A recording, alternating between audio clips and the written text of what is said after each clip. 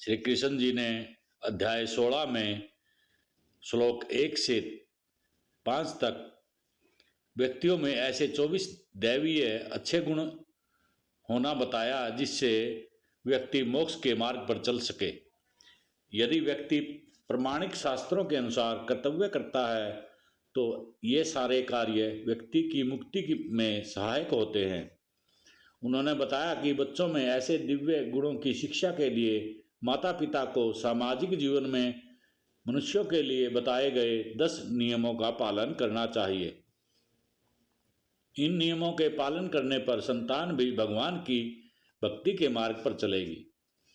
गीता में श्री कृष्ण जी ने बताया कि वर्ण व्यवस्था भी जन्म के आधार पर न होकर शिक्षा के आधार पर आधारित है।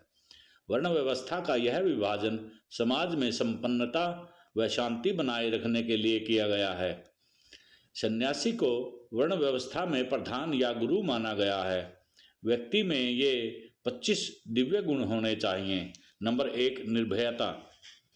यह गुण सन्यासी या अकेला रहने वाले व्यक्तियों में होना चाहिए क्योंकि उनका भगवान ही एकमात्र सहारा है। उन्हें भगवान पर दृढ़ विश्वास होना चाहिए कि भगवान का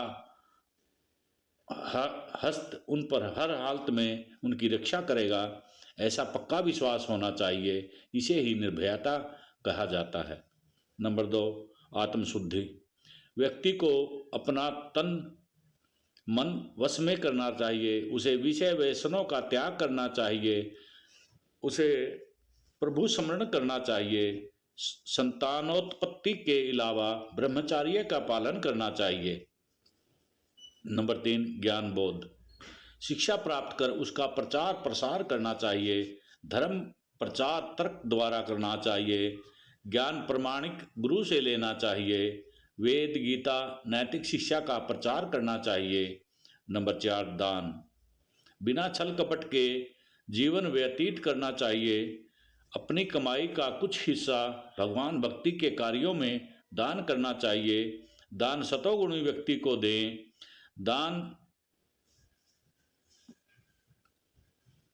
के फल की इच्छा नहीं करनी चाहिए। दान योग्य पात्र को ही देना चाहिए।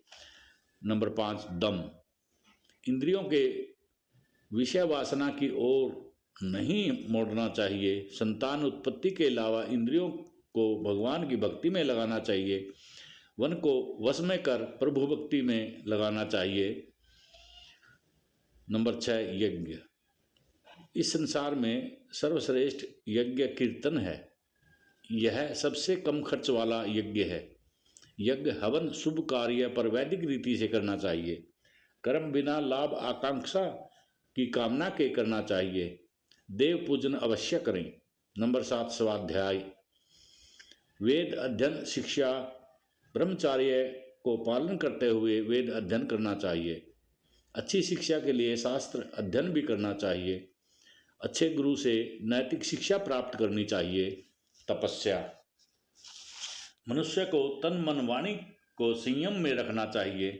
प्रभु भक्ति ब्रह्मचर्य से तन की तपस्या करें। मन को वश में कर प्रभु की भक्ति की दिशा में लगाना चाहिए। सत्य वचन के साथ हितकर वाणी बोलना चाहिए।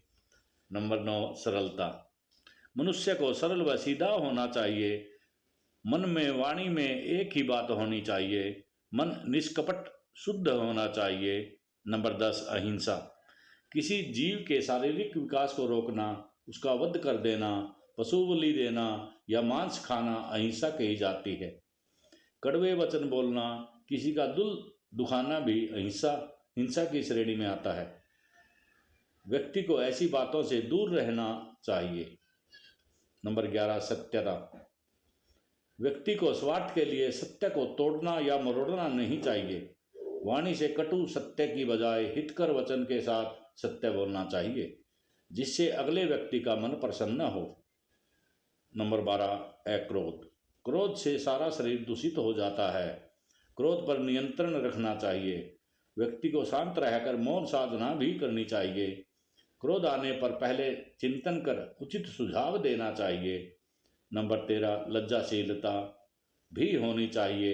ऐसा कोई भी कार्य नहीं करना चाहिए जिससे दूसरों को बुरा लगे। पाप कर्म से बचना चाहिए। दृढ़ संकल्प, कोई भी शुभ कार्य दृढ़ संकल्प से पूरा करना चाहिए, चाहे उसमें कितनी भी कठिनाई क्यों ना आए। सतोगुणी संकल्प से भक्ति में लगना चाहिए। धैर्य धारण कर प्रभु भक्ति करें। अच्छे कार्यों को ठान लिया तो पूरा करके ही माने। नंबर 16 क्षमा, सक्षम बलशाली शक्तिशाली व्यक्तियों को अपने से छोटे व्यक्ति पद को उनकी छोटे अपराधों को क्षमा कर देना चाहिए। नंबर 17 पवित्रता, व्यक्ति को मन की तन की वाणी की पवित्रता बनाए रखनी चाहिए। व्यक्ति को मन में धोखा कपट निंदा चुगली स्त्रियों पर कुदृष्टि नहीं रखनी चाहिए। दुर्भावनापूर्ण व्यवहार भी नहीं करना चाहिए। नंबर 18 सम्मान की आशा न करना, व्यक्ति को नेकी कर दरिया में डाल वाला स्वभाव अपनाना चाहिए। यह गुण सेवक व श्रमिकों के लिए है। नंबर 19 ईर्ष्या ना करना, ईर्ष्या करने से व्यक्ति का अपने कार्य में ध्यान भटक जाता है जिससे वह मानसिक बीमार हो सकता है। ईर्ष्या करने पर व्यक्ति अपना कार्य सही से नहीं कर पाता। अतः किसी की तरक्की से ईर्ष्या ना करके उससे प्रतियोगिता करनी चाहिए। नंबर 20 त्याग, व्यक्ति को बुरे कर्म त्याग देने चाहिए। बुरी संगति त्याग कर सुसंगति करनी चाहिए।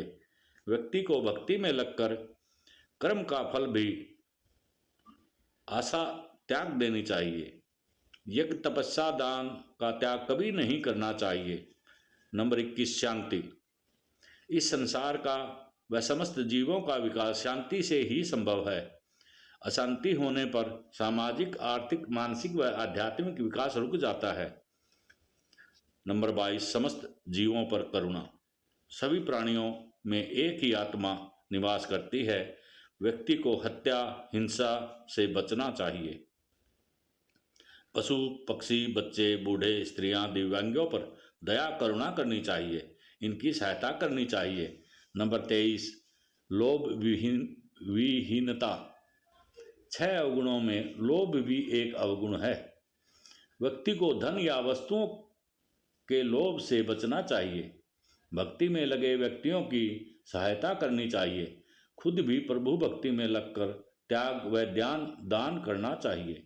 नंबर 24 भद्रता सज्जनता, दूसरों का दिल नहीं दुखाना चाहिए, इसलिए नम्र वाणी बोलनी चाहिए।